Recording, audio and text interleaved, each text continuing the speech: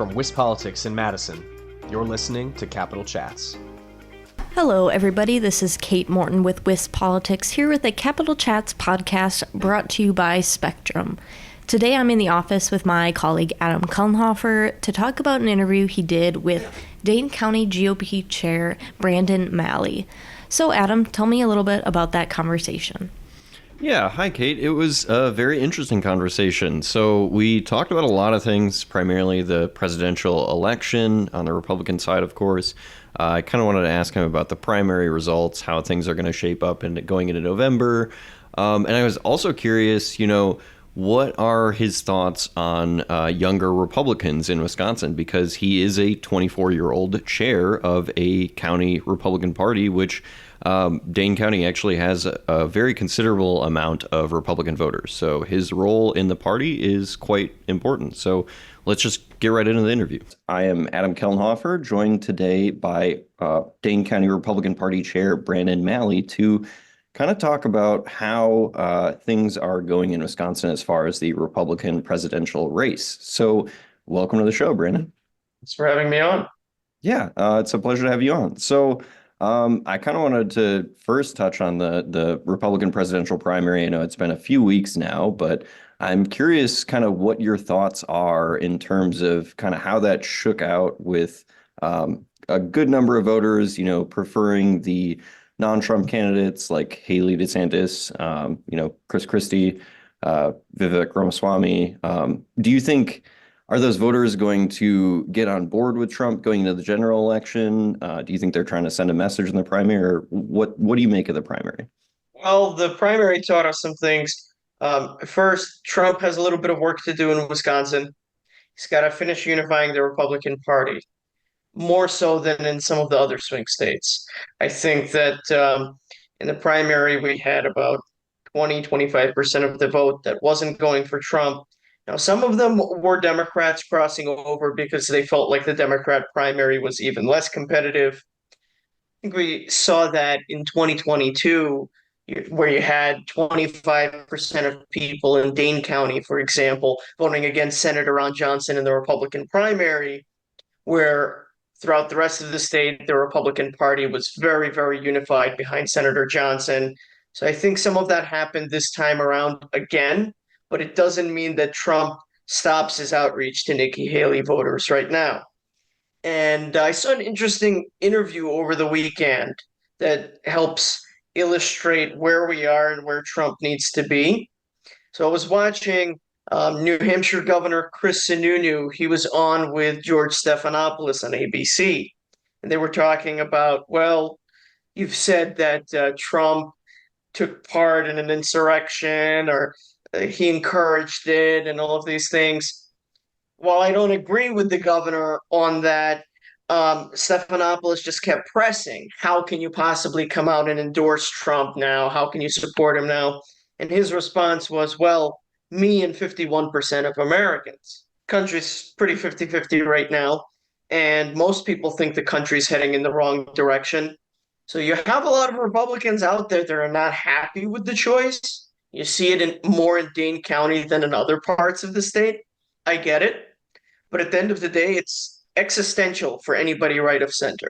The country's really not in a good place. You see what's going on with Iran now. You see what's going on with the border. The inflation report was worse than expected. So I think you're going to see more rhinos than anticipated support Trump.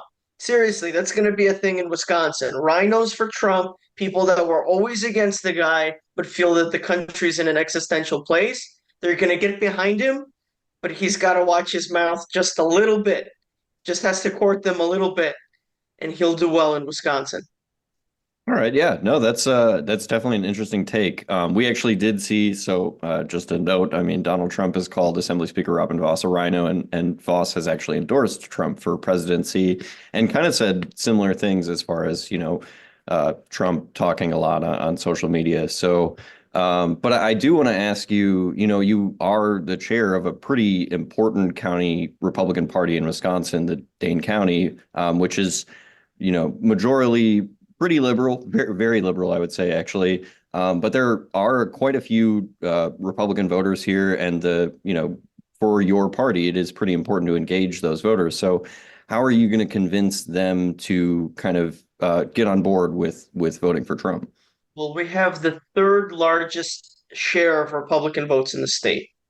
I go around the state and that number blows people away. People think that Waukesha is the center of the political universe, and they don't realize that there are Republicans anywhere outside of there. There are, but we're missing out on a big pocket of Republican votes in Dane County by virtue of not investing enough here.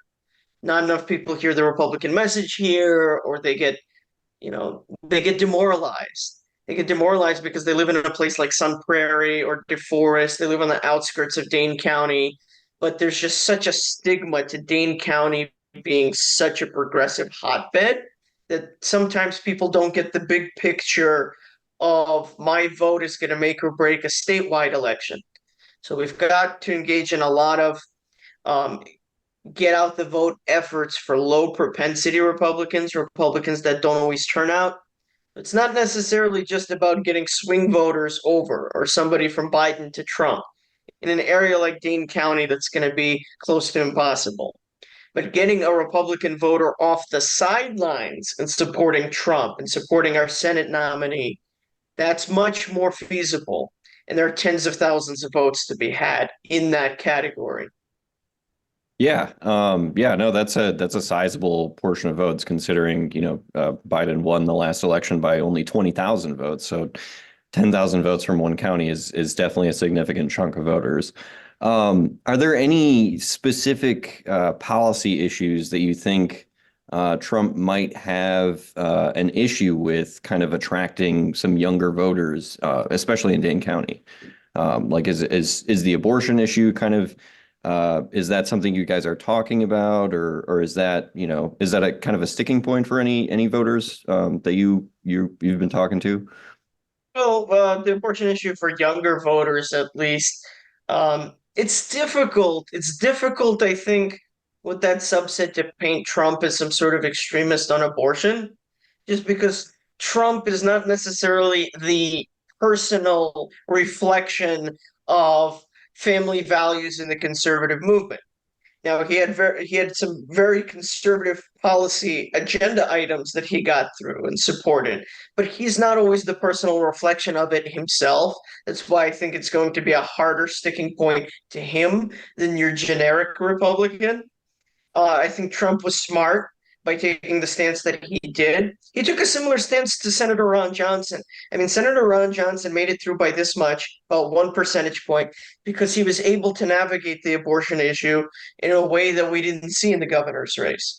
He said during his debate with Mandela Barnes that this needs to go, it's down to the states, it needs to go to the voters, send it to referendum, let the voters decide. We've seen this in numerous states.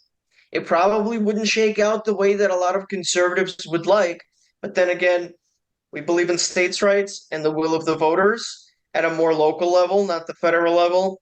So Trump took the right stance. I think that's going to play well in Wisconsin. I think that's going to allow him to focus on all of the other big issues. Because when you take abortion out of the equation, or Republicans are only down 5, 10 points on the issue, not 20, 30 points, that allows us to talk about immigration. That allows us to talk about inflation. That allows us to talk about the fact that every time the Biden administration puts out jobs numbers, they have to make an adjustment that there were 50 or 75,000 fewer jobs actually created than they said.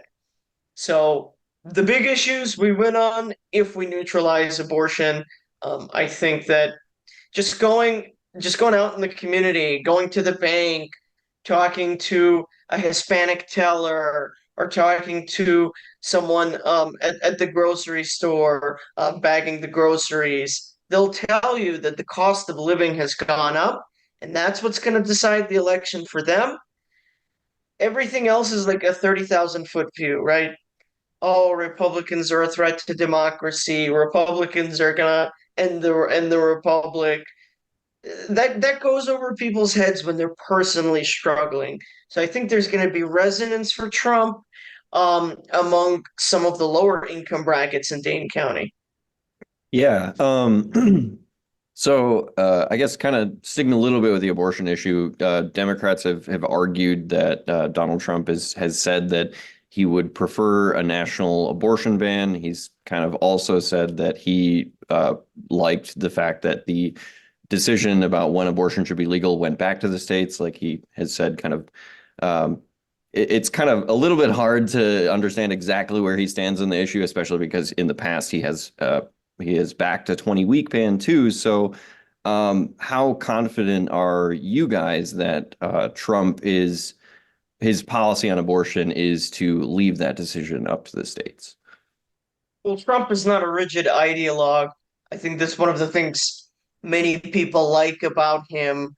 And he's actually more moderate on a lot of positions than people realize when it comes down to policy. Yeah, there's some inflated rhetoric on immigration. There's some inflated rhetoric across the board, but that's rhetoric. When you look at the actual policy proposals, on trade, we've seen, they're more moderate. On abortion, he's going more moderate. I have confidence. He's always been for exceptions. He goes back to the Reagan position on abortion.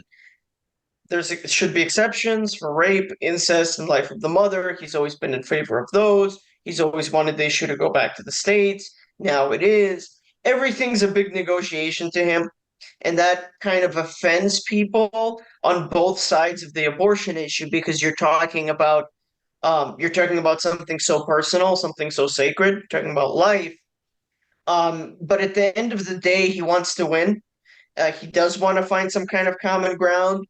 I think this is it. I think this comes to a palatable position that a majority of the public supports, which is really taking it into their own hands. Voting on it yourself in your own state. South Dakota is going to do something different than California. California might have it up until the ninth month. Wisconsin might say, okay, our happy medium is 16 weeks, 20 weeks, 12 weeks. I'm not sure what that number is yet, but we're pretty 50-50 on it. So I have confidence that that's going to be the position. I also have confidence because there's just no viability for a national abortion ban getting through Congress. You need that 60 vote threshold in the Senate. There's no way that either party gets to 60 votes in the next 2, in the next 4, or in the next 6 years. So it's just not going to happen. All right, that's definitely very interesting. So would you say, kind of going back to what you were saying when you were talking to voters, would you say economy is the number one issue for voters right now? It's kind of split. Um, a lot of issues right now are split on age demographic lines, but when it comes to the economy, it's going to be split on financial lines. If you're more well off, you've got a lot of highly educated professional class people in Dane County. We're one of the more educated counties in the state. So people aren't feeling it as much in the pocketbook. They're also not feeling the crime issue. They're also not feeling that's why Dane County is a little bit of a tough county for us, to say the least. So I think where Trump is going to make gains is with the lower income brackets that will say enough is enough. We've never had a situation before in modern history where you've had an incumbent president running against the president before him, a former president that's running for a non-consecutive second term. And people have an easy comparison. And they ask themselves that age-old question, am I better off now than I was 4 years ago? Everyone in the lower income bracket is saying no, even if they feel that Trump is not a good person, even if they feel that he had a part in January 6th, they're still saying my family was better off under him. It's a matter of whether they're going to hold their nose and vote for the guy. To me, kind of like 2016, it's going to come down to Trump being really disciplined, that closing stretch of the campaign where people say, you know what? I can vote for this. I can vote for this. In 2016, I remember after the Access Hollywood tape and he was doing damage control, he had a very disciplined last 2 weeks of the campaign, and people said, you know what? We think when he gets in, he's going to do all right by me and my family. All right, that makes sense. I do actually kind of want to switch gears a little bit here, sticking with the federal government generally, but I saw you wrote a column about kind of in favor of keeping TikTok and saving it from being banned. And we have seen kind of a push from a little bit of both sides of the aisle to, introduce this TikTok ban bill. I know members of Congress don't like it being called that, but it would effectively ban TikTok in 180 days if it does pass. So I think it's accurate to call it a TikTok ban bill. But what do you think of that bill, and what are kind of the voters in Dane County and younger Republicans? What do you guys think of the proposal to ban TikTok? It's not going to look good on the party that has majority support for banning it. I think young voters are going to punish that political party, unfortunately. Um, I think there are legitimate national security concerns that I share, but we need to put control of TikTok. We need American ownership of TikTok, pretty much. We should not, as a Republican Party, talk about banning it, because then we become the party of banning everything. Oh, we're banning abortion. We want to ban books. We want to ban TikTok. And then it just sounds so we lose the public relations war. It sounds like we're the party that wants less freedom and privacy instead of more, which would go against conservative principles. So there's a way of doing it. I don't think the way that is currently being proposed is helpful. I also want to win elections. I'm tired of losing. I'm tired of leaving tools on the table when we could have had a red wave in 2022 and we didn't, when we've got the country at stake in 2024 and it's 50-50 and it shouldn't be. It should be a slam dunk. Young voters on TikTok, we need to be where young voters are because they're voting in larger and larger numbers. Democrats have a real good turnout machine. The problem with TikTok is once you get exposed to a certain kind of content and you engage a little bit with it, it's this positive feedback loop. It just keeps going. So I want to get that feedback loop working in Republicans' favor, where young voters see some Ben Shapiro style content. Facts don't care about your feelings, and all of the great talks that he does, fact after fact after fact. And it's a lot of real good, spicy content. People like that. They engage with it. And then you've got a conservative messaging, positive feedback loop. So we have to be engaged in the TikTok war if we want to make strides with Gen Z. Very interesting. Awesome. Well, that's all I have time for today, but I really appreciate you coming on the show, and it was a pleasure to have you on. Thanks for having me on. All right, Adam, thanks for sharing that interview with us. In the meantime, if our listeners want to hear more about the presidential race in Wisconsin, they can head to our website at wispolitics.com. That's right, Kate, but for now, I'm Adam Kellenhofer. I'm Kate Morton. Thanks for tuning in to WisPolitics Capital Chats, brought to you by Spectrum.